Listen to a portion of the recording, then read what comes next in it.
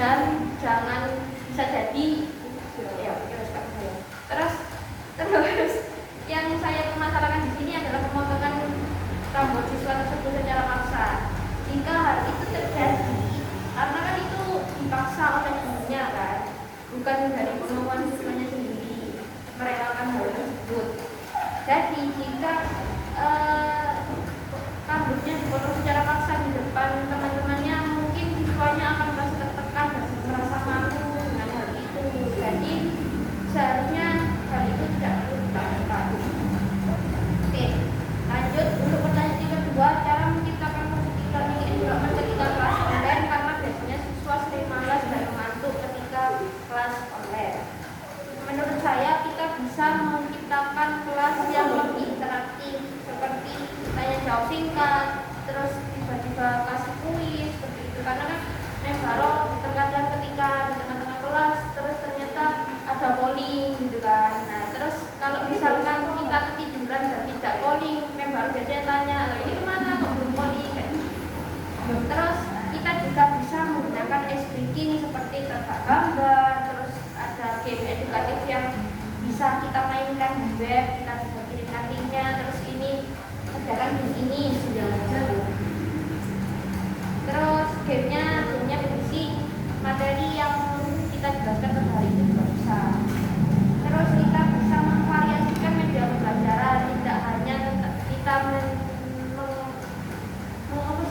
menampilkan sebuah PPT terus kita jelaskan PPT itu sepertinya terlalu boring. Kita juga bisa memvariasikan seperti mengasihkan video atau gambar, terus kita minta siswa kita itu untuk ayo amati gambar ini, terus kita tanya emang di situ ada apa aja gitu. Terus kita bisa dikasih kuis, dikasih nilai, jadi kita semangat untuk menjawab tersebut dan tidak hanya males-malesan dan diam akhirnya gitu kan. Bisa dimengerti lah juga. Terima kasih. Sama.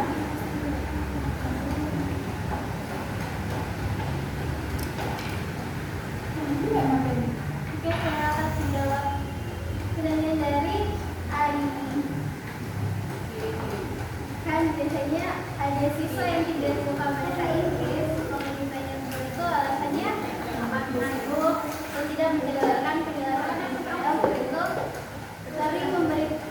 sering kasih tahu siswa itu juga cara mengatasinya tanpa merusak mental anak tersebut.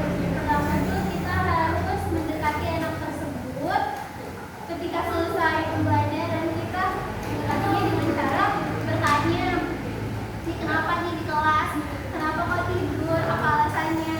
Kita harus mengetahui alasan anak tersebut kenapa tidak aktif di kelas ataupun kenapa tidur di kelas. Dan juga yang kedua itu kita memberikan peran kepada siswa tersebut, seperti contohnya kita itu sering melihat dia sebagai guru, kita sering melihat dia ataupun sering memberikan pertanyaan-pertanyaan terhadap materi yang dijelaskan agar dia tetap fokus dan tidak ngantuk.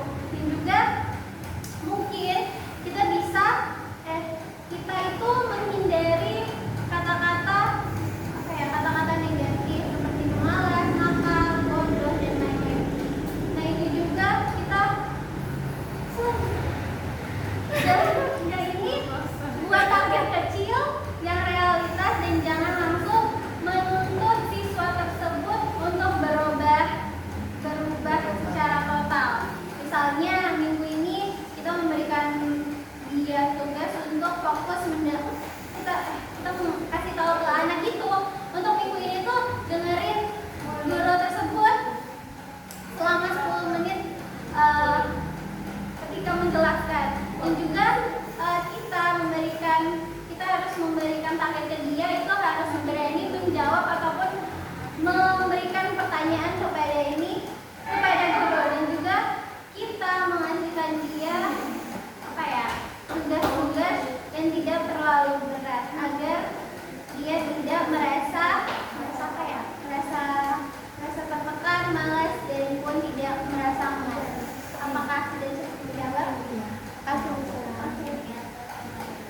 Okay, so that's all from us. Thank you for your attention. mention. Wassalamualaikum warahmatullahi wabarakatuh.